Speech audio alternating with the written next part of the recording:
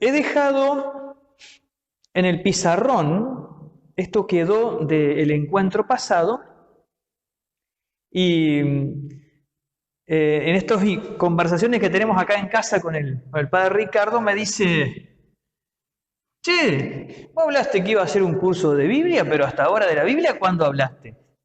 Entonces, es cierto, ¿no? Hemos hablado mucho de la historia del pueblo de Israel, hemos dedicado 2 encuentros, hemos hablado de la revelación, y yo comencé, y voy a seguir conectando con este librito, comencé con esta historia, con el librito que es un libro escrito sobre la vida del padre Orsali, o de Monseñor José Américo Orsali, padre y pastor. Yo les conté la historia,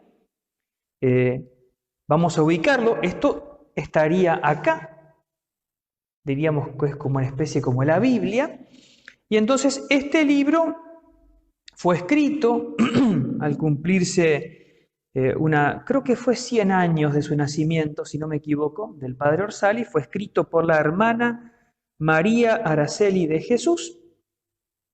Para escribir este libro, ella tuvo que recopilar datos, testimonios, etc.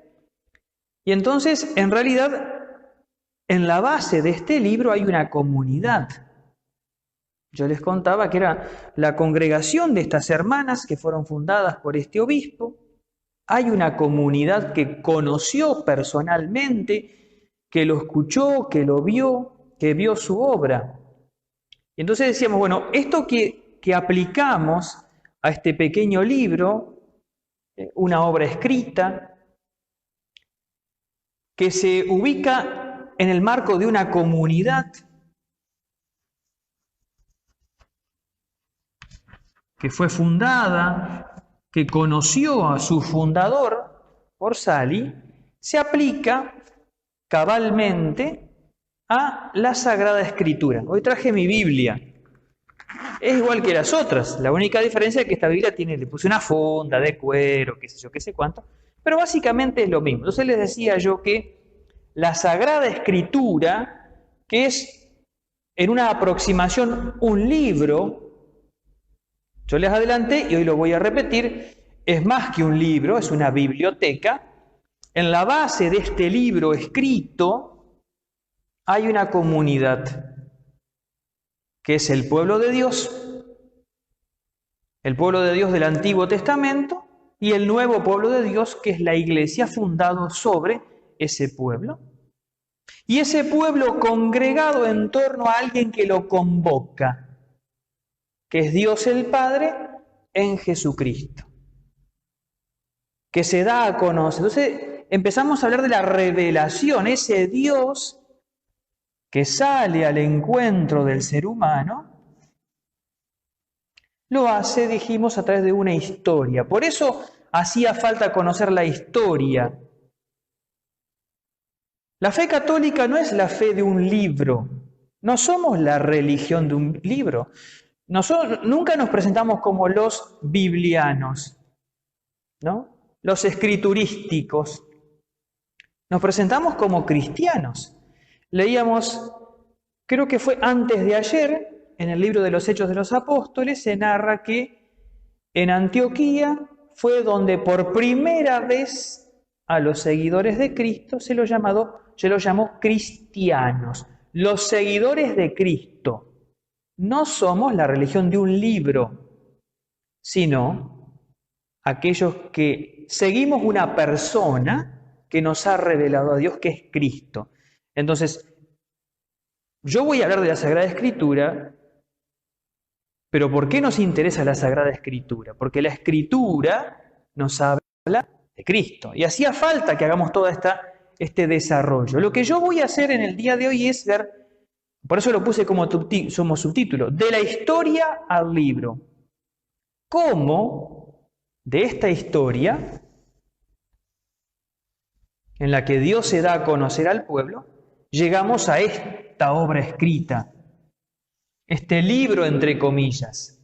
¿Cómo se dio este proceso? Sabiendo que no es un proceso uniforme, ¿Por qué? Porque no es un libro, son varios libros. Son 73 libros distintos. Y encima, alguno de ellos tiene obras independientes. Por ejemplo, el libro de los Salmos, me voy un poquito de tema, pero lo digo al paso. El libro de los Salmos, que es un libro dentro de los 73 libros de la Sagrada Escritura, es en realidad un cancionero. Es el cancionero del pueblo de Dios, que reúne 150 canciones, 150 salmos, y cada canción es una pequeña obra, una pequeña historia. Quiere decir que hay una gran historia, con pequeñas historias dentro, que se van plasmando en estos distintos libros. Hoy voy a dar un paso más en la historia, el paso con mayúsculas, que es Cristo, y cómo desde Cristo, la máxima revelación en la historia, llegamos a la Sagrada Escritura por estos tres pasos, ¿no? Una historia vivida, una historia atestiguada y una historia puesta por escrito. Vamos por paso. Entonces voy a borrar esto. Acá tenemos una ventaja, ¿ves? Que yo puedo borrar, pero después ustedes agarran en la computadora más tarde, le ponen pausa, lo retroceden y pueden copiar. Eso no podíamos hacerlo en la escuela, donde la maestra borraba, chao, sonaste. Bueno, vamos a hacer una breve recapitulación de la historia. Yo sé que a alguno de ustedes esto puede resultarle repetitivo, pero me parece fundamental porque las cosas las vamos aprendiendo, las vamos incorporando a medida que las vamos recordando y repitiendo. Entonces, tenemos la historia del Antiguo Testamento. Hoy la voy a hacer más sintética todavía, la etapa de los patriarcas, Abraham, Isaac, Jacob, etc. Esto de la historia del Antiguo Testamento, si quieren recordarlo, está en los videos anteriores. Los videos anteriores están alojados en la página de Facebook de la parroquia, en la versión extendida, es decir, la versión en vivo, la transmisión en vivo, y también en mi canal de YouTube en una versión recortada y editada, tratando de mejorarle el sonido, quitando las partes, el tiempo de espera, sacando el tiempo posterior, con algún recorte, alguna edición. Están alojados en mi canal de YouTube, Ariel Oscar Folonier, y los hemos compartido también a los videos en formato de YouTube, en el canal de YouTube, en la página de la parroquia, en mi Facebook personal, así que pueden encontrarlo, para ver lo que hemos visto antes, los encuentros previos. La etapa de los patriarcas, decíamos, el periodo de Egipto, Éxodo, Jueces, el periodo de las monarquías, acá pongo monarquía unificada, monarquía dividida, ¿no? Todo junto para no complicarnos, el exilio y el retorno. Para quienes ya estuvieron en los encuentros anteriores, todas estas palabras tienen sentido. Si vos recién te enganchás, no te asuste que no entiendas qué significa todo esto, porque quizás no lo tengas presente. Por eso te recomiendo que después veas los videos anteriores. El retorno a la tierra, la dominación griega, con la persecución en la época de los macabeos, y la dominación romana. Y llegamos a Cristo. La gran línea divisoria de aguas. Cristo que parte la historia en dos, antes de Cristo y después de Cristo. Entonces, el libro o la carta a los hebreos, hay una historia de una doña que tenía el marido que era vicioso y le dijo, vos tenés que leerte esta carta porque te va a hacer bien, es la carta para los hebreos. En el libro, en la carta a los hebreos, la cita la voy a anotar, Hebreos 1, para que después puedan buscarlo. Hoy sí voy a citar un poco más de Biblia para que no me reclamen, ¿no? La cito casi de memoria porque la leemos mucho en el tiempo de la Navidad, como antífona o versículo aleluiático. Después de haber hablado a nuestros padres en tiempos pasados por medio de los profetas, en este tiempo final Dios nos habló por medio de su Hijo. Podríamos decir que toda la historia del Antiguo Testamento, Dios se fue revelando, pero a través de otros y como en penumbras, revelando y mostrando, pero no del todo ni claramente, de un modo progresivo. Por eso la liturgia, en la vigilia pascual, cuando leemos las lecturas del Antiguo Testamento, todavía nos encontramos como en penumbras. Y cuando en la liturgia cantamos el Gloria, como hacemos el salto al Nuevo Testamento, la luz plena, ahí se encienden las luces del templo y las luces del altar. Esto quiere decir, en la liturgia los gestos, los símbolos, no están puestos por casualidad o por ingenio o porque un tipo dijo, no, este recurso luminoso queda bien. Tienen un sentido, un simbolismo. En otro tiempo Dios habló a nuestros padres por medio de los profetas, por otros, y en este tiempo final Dios nos habló por medio de su Hijo. Dios se da a conocer ya no mandando intermediarios, sino viniendo Él. Dios, en una de sus personas, el Hijo, que es Jesús, se hace hombre, ya no manda emisarios, va Él mismo. Me hace acordar a cuando éramos chicos, que mami te mandaba al bar o al negocio, digo, sí, a la despensa. Andá a decirle a fulano, y vos iba y a veces decías más o menos, te confundía. ¿Le dijiste bien? Sí, entonces deja que voy yo. Bueno, evidentemente es una imagen, no es perfecta, pero ayuda a entender. Dios Padre envía a su propio Hijo, quien haciéndose uno de nosotros, nos mostró cómo es Dios siendo hombre. Sin dejar de ser Dios, comenzó a ser hombre. También tenemos otra cita que nos ayuda, que nos habla de esto, que es el Evangelio de Juan, capítulo 1, versículos 18, el versículo 18. Juan dice así: nadie ha visto a Dios. El que lo ha revelado es el Hijo único, que es Dios y está en el seno del Padre. Por eso, la máxima revelación, y recordemos, revelar es dar a conocer. Dios se da a conocer, muestra cómo es Él.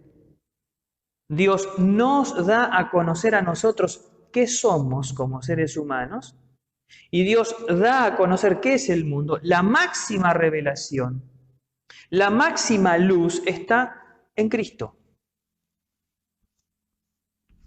Cristo es el máximo revelador.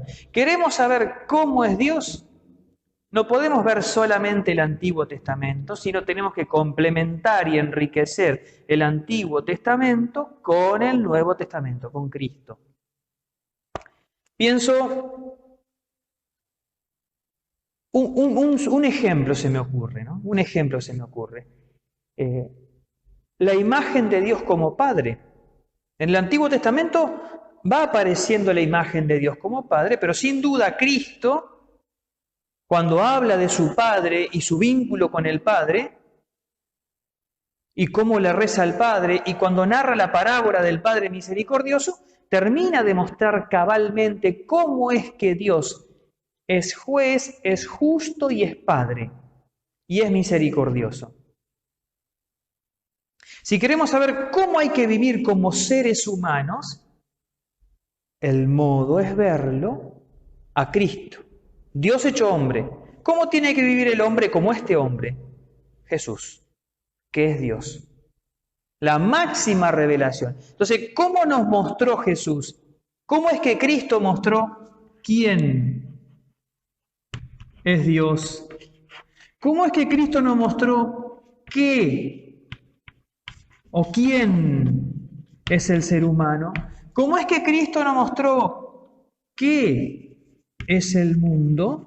Porque ese es el contenido de la revelación. ¿Cómo lo hizo?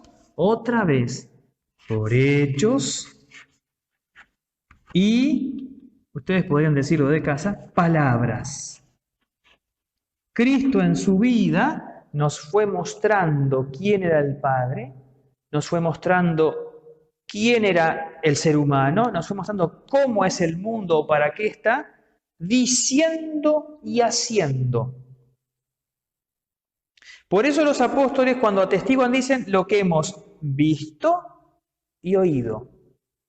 Por eso los evangelios que narran la vida de Cristo no traen solamente discursos de Jesús. No hay exposiciones filosóficas de Jesús sobre la Trinidad. No hay exposiciones filosóficas de Jesús sobre el ser humano. Aunque las hay.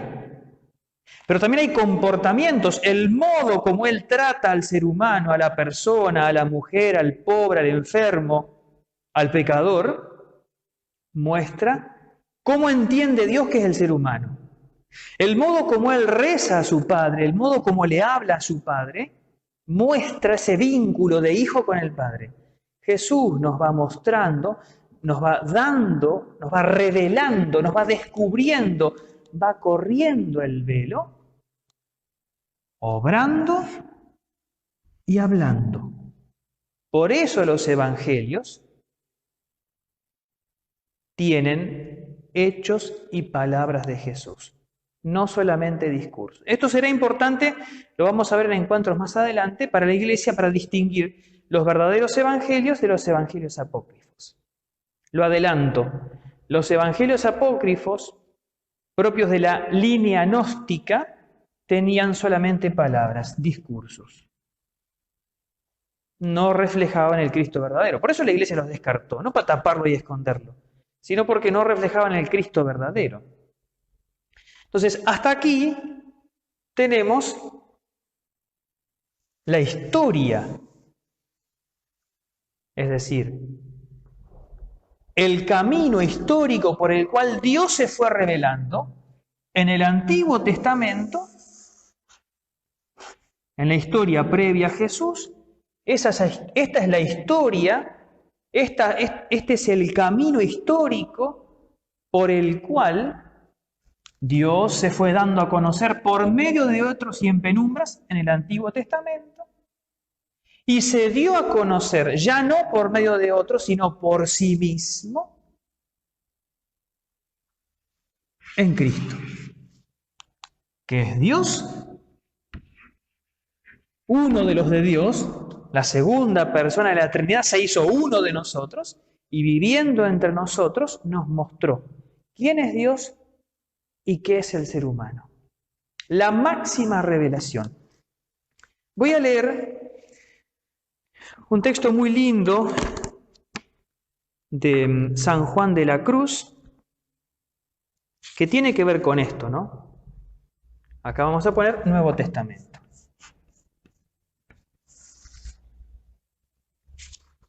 Dice así, esto está en el Catecismo de la Iglesia Católica.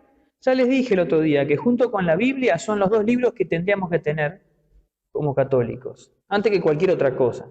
La Sagrada Escritura, el Catecismo de la Iglesia Católica. En el número 65, San Juan de la Cruz comenta el texto de los Hebreos, ese que les dije, después de haber hablado a nuestros padres por medio de los profetas, en este tiempo final, Dios nos habló por medio de su Hijo.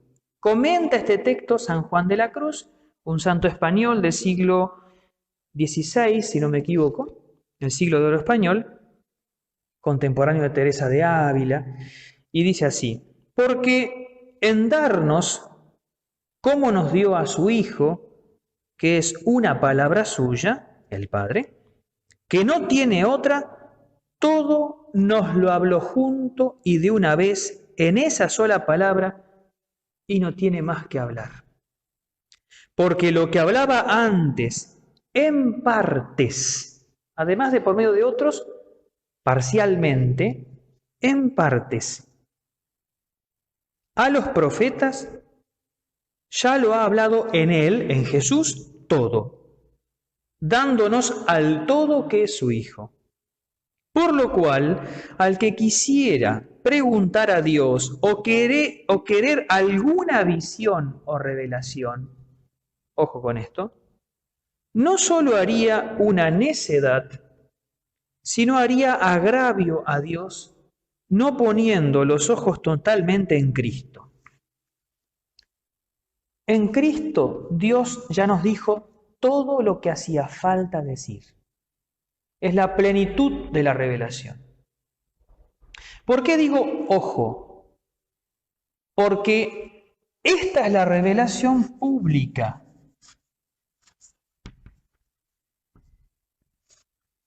Pero aparecen otras revelaciones privadas. No, porque la Virgen de la montaña de Cuchuflito le dijo a don Antonio que tenemos que hacer esto. Así que tenemos que hacer esto. A ver, ¿quién es don Antonio? Tenemos que verificar que eso que Antonio dice que la Virgen dijo, que se lo dijo Dios, realmente lo dijo Dios. Esas son las revelaciones privadas. Y a veces corremos más detrás de las revelaciones privadas que de la revelación pública. Voy a decir algo con el cariño que le tengo por mi historia familiar a la Virgen de San Nicolás. No puede ser más importante para un cristiano el libro de los mensajes de la Virgen de San Nicolás que la Sagrada Escritura. No, de ninguna manera. Quiero que me entiendan, porque si no, nosotros como vivimos en el país de la grieta, parece que es esto o esto. El padre no quiere la Virgen de San Nicolás y está en contra. No me están entendiendo. Si piensan eso, no me están entendiendo. No estoy diciendo que no. Estoy diciendo que, primero, por encima, al máximo, con mayúsculas, negrita, subrayado, cursiva y rojo, la revelación pública que está contenida en la Sagrada Escritura. En un segundo lugar, las revelaciones privadas. ¿Y qué hace la Iglesia cuando alguien aparece diciendo que dice que la Virgen le dijo? Se toma tiempo. Se toma tiempo. Deja pasar el tiempo y verifica los frutos. Se fija si esto que dice el vidente, que dice que le dice Dios, coincide con la revelación pública o lo contradice. La medida está en la revelación pública. Las revelaciones privadas no vienen a completar algo que falta acá, vienen a adaptarlo a un tiempo. Lo dice el Catecismo así. Número 67. A lo largo de los siglos ha habido revelaciones llamadas privadas, algunas de las cuales han sido reconocidas por la autoridad de la Iglesia. Pienso, por ejemplo, en las revelaciones de la Virgen de Fátima, que fueron publicados, el tercer secreto, por la Santa Sede. Estas, sin embargo, no pertenecen al depósito de la fe. Su función no es la de mejorar o completar la revelación definitiva de Cristo. Porque si no es como que dijéramos, viene la Virgen y te dice, che, vos sabés que a mi hijo le faltó algo, te lo vengo a decir yo. ¿Ustedes se imaginan la Virgen en esa tónica? Yo sé que lo estoy satirizando, y lo digo en un tono un poquito burlesco, pero a veces parece eso. A Cristo no se le escapó nada, no se le escapó la tortuga. Dijo todo lo que tenía que decir, mostró todo lo que tenía que mostrar. Entonces, estas revelaciones privadas no vienen a mejorar o completar la revelación definitiva de Cristo, sino a ayudar a vivir más plenamente en una cierta época de la historia. Ayudar a vivir más plenamente lo que Cristo dijo en un momento determinado. No a contradecirlo, no a completarlo. pero por mayúsculas, lo que Cristo ha dicho. Pero yo tengo una deuda pendiente porque dije, bueno, hoy vamos a pasar de la historia al libro. Entonces yo tengo que llegar al libro, porque si no ustedes me dicen, muy lindo el curso de Biblia, pero nunca habló de la Biblia. Bien, vamos a ello. Y para mostrar el salto de la Biblia al libro, voy a tomar como paradigma, como modelo, la vida de Cristo. Así que voy a borrar esto.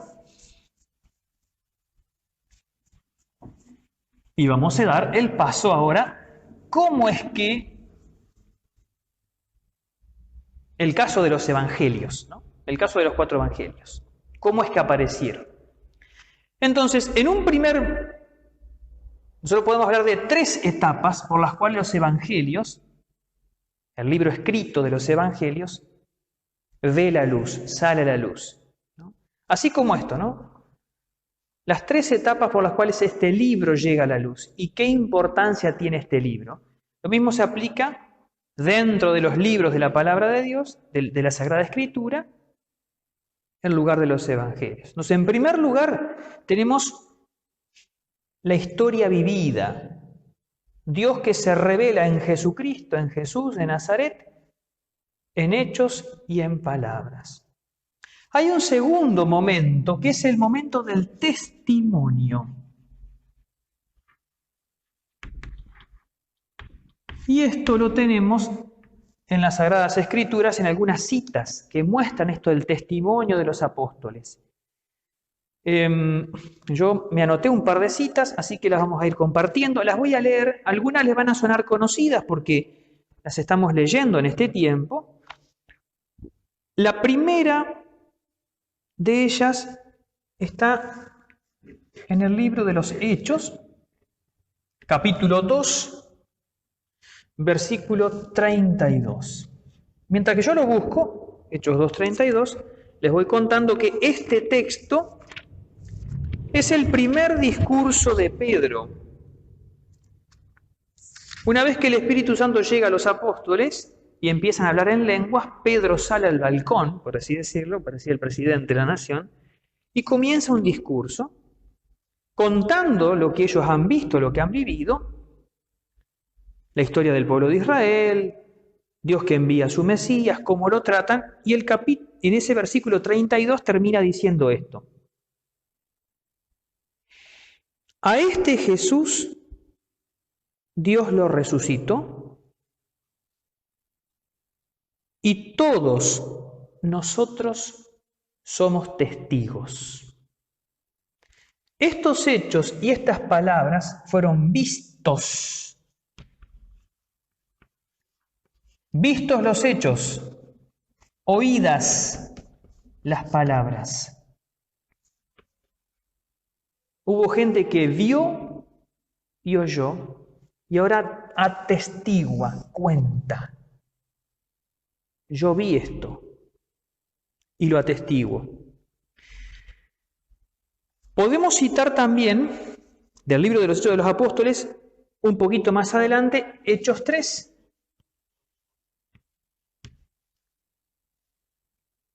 Versículo 15. Es otro discurso de Pedro. Un día Pedro va al templo, se encuentra con un paralítico que hacía tiempo que estaba paralítico, les pide plata, le dice, mira, no tengo plata, pero lo que tengo te lo doy, en el nombre de Jesucristo, levántate y anda. Y se levantó. Y todos quedaron con los ojos así, como el do de oro, decía mi papá. Y entonces, bueno, ¿qué pasó? Y empieza Pedro a contar otra vez el querigma. La historia de un pueblo, Dios que envía a su hijo, este hijo que viene como enviado de Dios, pero sus jefes los mataron y murió, pero resucitó. Y entonces remata Hechos 3:15, 3:14. Ustedes renegaron del santo y del justo, pidiendo como una gracia la liberación de un homicida, de Barrabás. Mataron al autor de la vida, pero Dios lo resucitó de entre los muertos, de lo cual nosotros somos testigos. Nosotros vimos, otra vez, la palabra testigo. Podemos citar siguiendo con esta historia, como mucha gente lo seguía y se empezó a bautizar, a la gente de la sinagoga y del Sanedrín les molestó, los llamaron, dijeron, muchachos, mozzarella, se callan la boca. Se callan la boca. Entonces, después de que le tiraron las orejas, le dijeron, miren muchachos, no cuenten más nada, déjense de jorobar con esto, Pedro, y acá tenemos otra cita, Hechos 4, 19. Los sacaron para afuera, etc. Los llamaron en el 4:18 y les prohibieron terminantemente que dijeran una sola palabra o enseñaran en el nombre de Jesús. Pedro y Juan les respondieron, juzguen ustedes si está bien a los ojos del Señor que les obedezcamos a ustedes antes que a Dios. Nosotros no podemos callar lo que hemos visto y oído. Otra vez lo mismo. La cita es más larga, 18 al 20. Pero aparece siempre esta categoría. Incluso podemos tener, sobre esto del testimonio, de que los apóstoles no hacen más que contar lo que vieron, no se lo pueden guardar, el Evangelio de Juan. Juan 19, 35, donde está ese momento de la pasión de Jesús, donde, como estaban muertos, para asegurarse que estaban muertos, le atraviesan el costado con la lanza y de su costado brota sangre y agua. Y ahí dice Juan, el que vio esto lo atestigua. Él lo vio porque estaba ahí. El que vio esto lo atestigua, su testimonio es verdadero y él sabe que dice la verdad para que también ustedes crean. El que vio esto lo atestigua. Juan, en una de sus cartas, la primera carta de Juan, la comienza diciendo así. Lo que existía desde el principio, lo que hemos oído, lo que hemos visto con nuestros ojos, lo que hemos contemplado, lo que hemos tocado con nuestras manos acerca de la palabra de vida, es lo que les anunciamos. Porque la vida se hizo visible y nosotros la vimos y somos testigos. Y le anunciamos la vida eterna, que existía junto al Padre y se nos ha manifestado, se ha revelado, se hizo hombre. Lo que hemos visto y oído se lo anunciamos también a ustedes para que vivan en comunión con nosotros. Otra vez. El testimonio, el que vio y oyó a Jesús, no lo puede guardar, lo atestigua. Esta es primera carta de Juan, capítulo 1, versículos 1 al 3. Podríamos también citar la carta de Pedro. Bueno, hoy hay más Biblia, ¿vieron? Me obligaron a sacar la Biblia.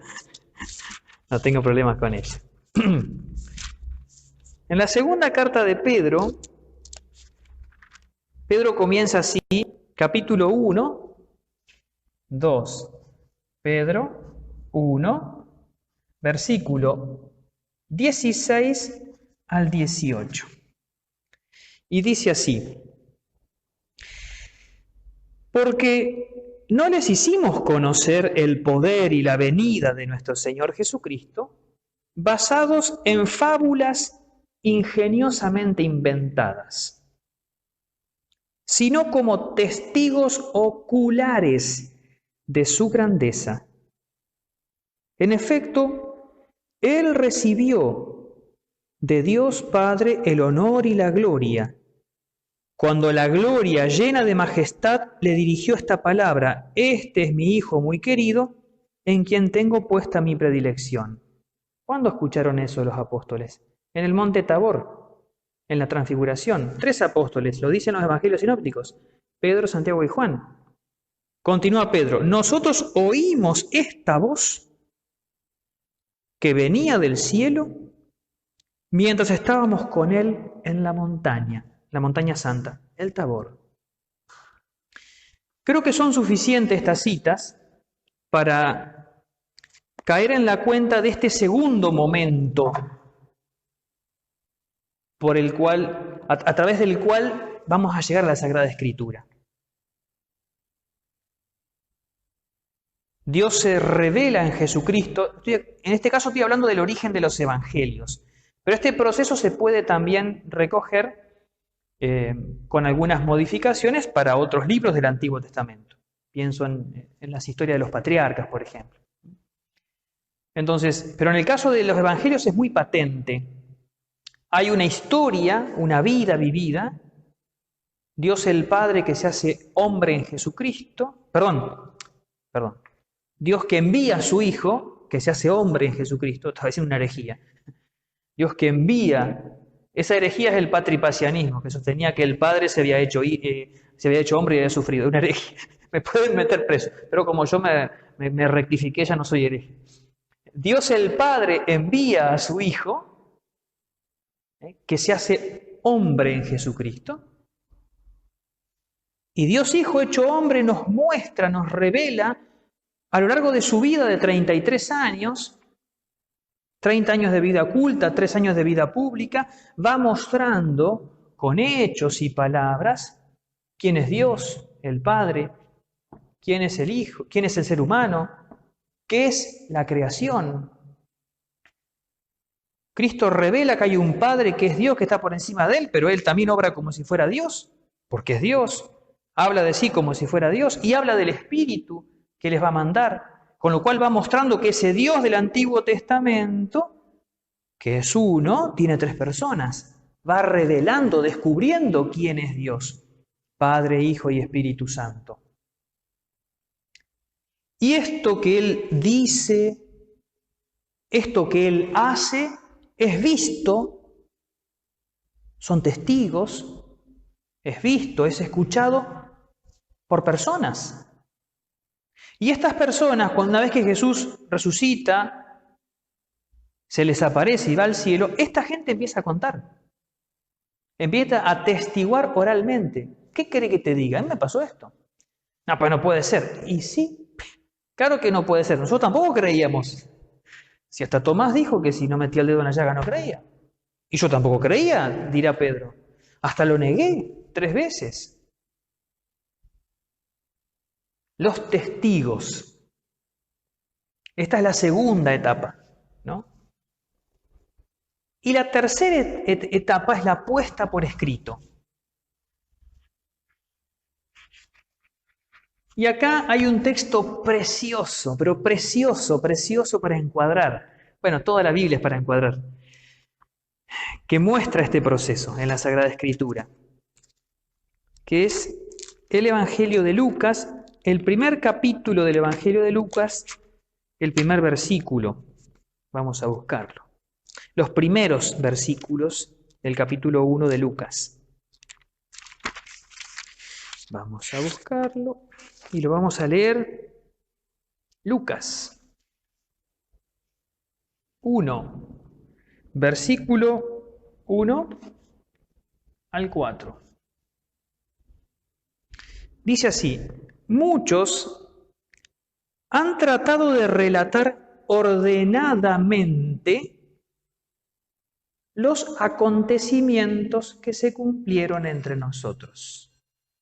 Pues acá es importante relatar ordenadamente los acontecimientos que se cumplieron entre nosotros, porque hasta acá era una transmisión a veces un poco desordenada, oral, verbal.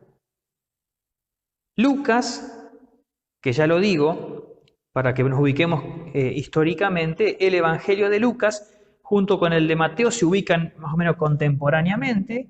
Lucas y Mateo habrían sido escritos entre el 70 y el 80, más o menos. Marcos había sido escrito antes, es un poquito más breve, y Juan es escrito después. Esto tenemos que saberlo porque los evangelios son una obra literaria también. Es palabra de Dios, escrita por hombres.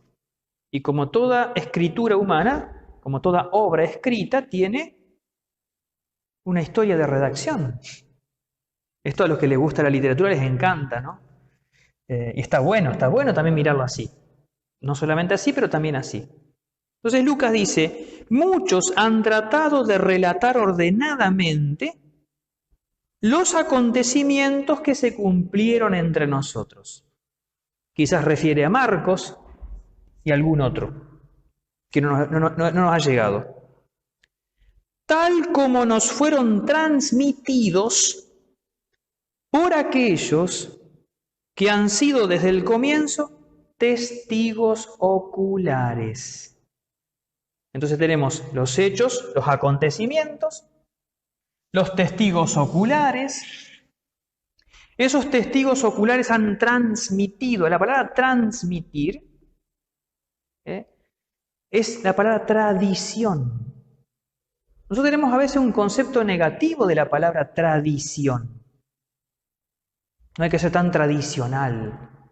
Está atado a la tradición. La palabra tradición viene del latín tradere y significa transmitir.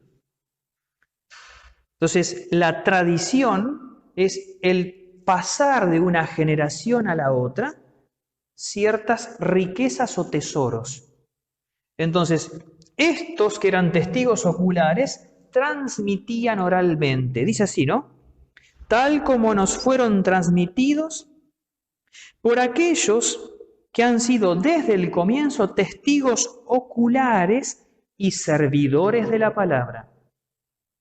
Los que vieron y los que fueron elegidos para servir la palabra, los 12 apóstoles, principalmente. Por eso, este es Lucas. Lucas no fue apóstol directo de Jesús.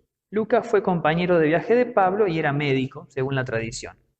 Por eso, después de informarme cuidadosamente de todo desde los orígenes, yo también he decidido escribir para ti, excelentísimo Teófilo, un relato ordenado.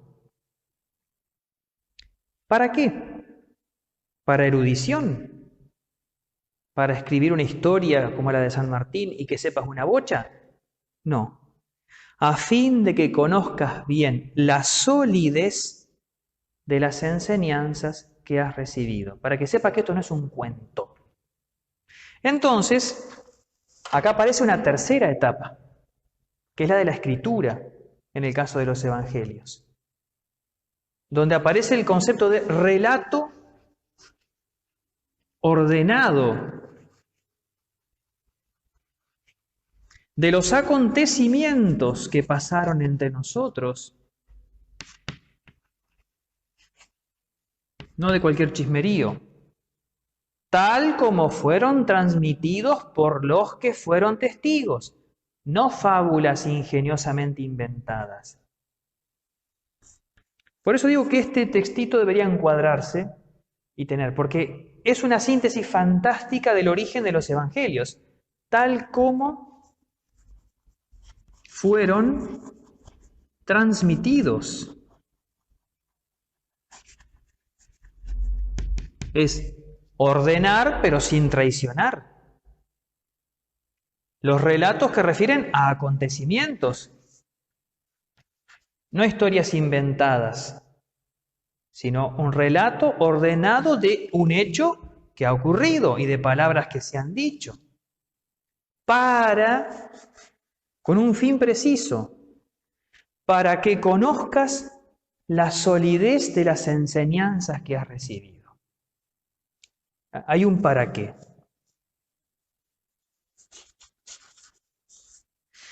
Entonces, ¿se dan cuenta por qué razón nosotros no podemos limitarnos para conocer a Jesucristo? No podemos limitarnos al libro.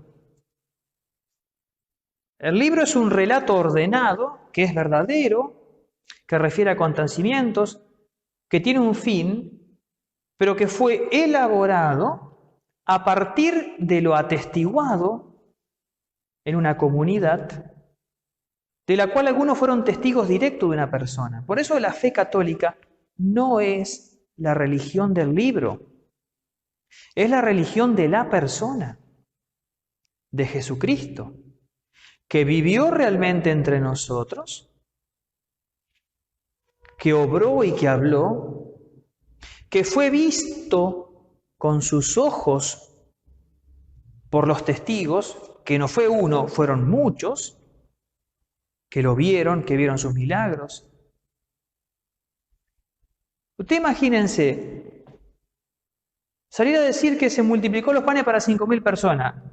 Hay muchas chances de que haya alguno que diga, che, no fue cierto. Tiene que haber sido cierto.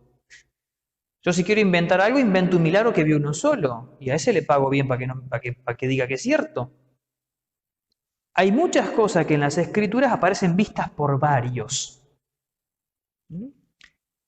Entonces, dicho esto, a mí me parece, y es una imagen muy linda que aprendí en el seminario del profesor de Biblia, la Sagrada Escritura es un libro y se parece a un álbum de fotos. Hoy diríamos, se parece a tener en la computadora una carpeta con los videos de tu familia. Pero esos videos sueltos, esas fotografías sueltas, muchas veces vos no las entendés si no sos de la familia. Hace falta que te diga alguien. Yo siempre recuerdo en mi casa una fotografía de un casamiento, el casamiento de la tía Silvia.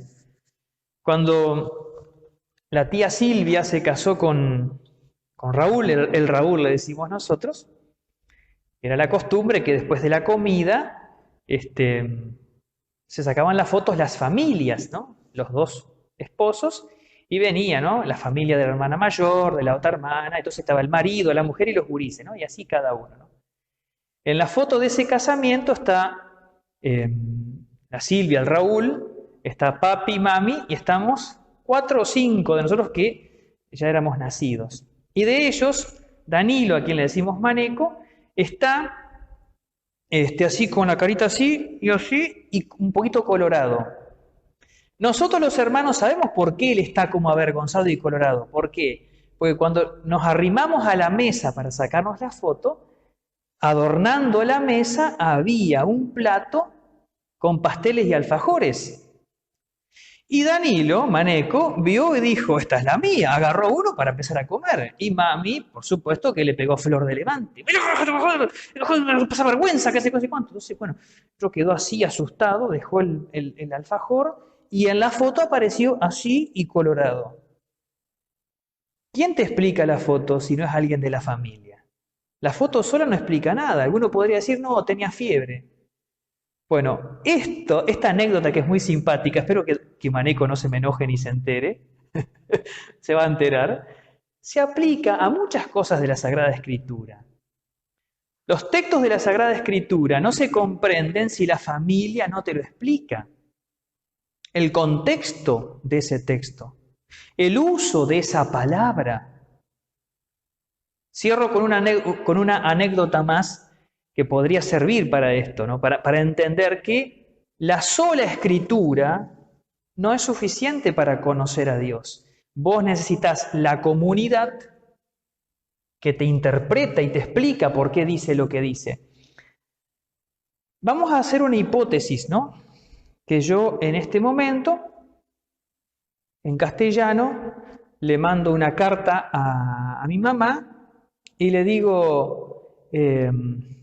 bueno, la verdad que estoy muy contento acá en la parroquia San Miguel, donde me han recibido muy bien.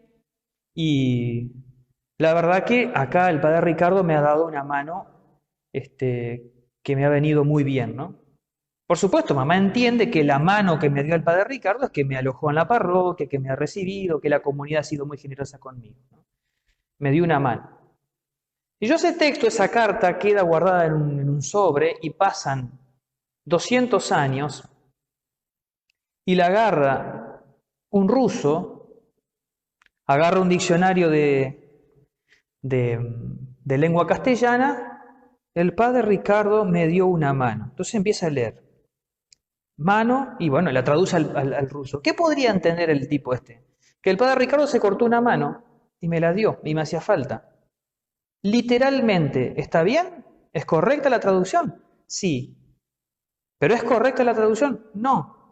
Porque dar una mano aquí, en Argentina, significa ayudar a otro. Es una expresión que si bien literalmente significa una cosa, en realidad significa otra, tiene otro sentido. Esto que pasa con la lengua castellana o con otras lenguas, pasa también con las lenguas de la Sagrada Escritura. Por eso no alcanza con que yo tenga la sola Escritura, el solo texto original griego, el solo texto original hebreo. Necesito la comunidad, los testigos, la comunidad en la cual se transmitió. Bueno, por hoy creo que es suficiente, ya hablé bastante de la Biblia, ¿no? Pero hoy quería mostrar este paso, el paso desde la historia en la cual Dios se revela, que lo hace en un pueblo que primero transmite oralmente, atestigua. Esto está muy bien expresado en el Catecismo de la Iglesia Católica, otra vez, yo les digo qué número, está dicho con mucho más precisión teológica, ¿no es cierto? Más lindo. En el Catecismo de la Iglesia Católica lo van a encontrar, cuando hablamos de la transmisión, el número 76 del Catecismo, que dice así: la transmisión del Evangelio, según el mandato del Señor, se hizo de dos maneras. Oralmente, los apóstoles, con su predicación, sus ejemplos, sus instituciones, transmitieron de palabra lo que habían aprendido de las obras y palabras de Cristo y lo que el Espíritu Santo les enseñó. Por escrito, los mismos apóstoles y otros de su generación. ¿Por qué dice otros de su generación? Porque ni Lucas ni Marcos fueron apóstoles, sí lo fueron Mateo y Juan. Y otros de su generación pusieron por escrito el mensaje de la salvación inspirados por el Espíritu Santo. Por hoy es suficiente, ¿sí? Por hoy es suficiente. Nos encontramos el próximo lunes para continuar. En nombre del Padre, y del Hijo, y del Espíritu Santo. Amén. Dios te salve María, llena eres de gracia, el Señor es contigo. Bendita tú eres entre todas las mujeres, y bendito es el fruto de tu vientre, Jesús. Santa María, Madre de Dios, ruega por nosotros pecadores, ahora y en la hora de nuestra muerte. Amén. En el nombre del Padre, y del Hijo, y del Espíritu Santo. Amén.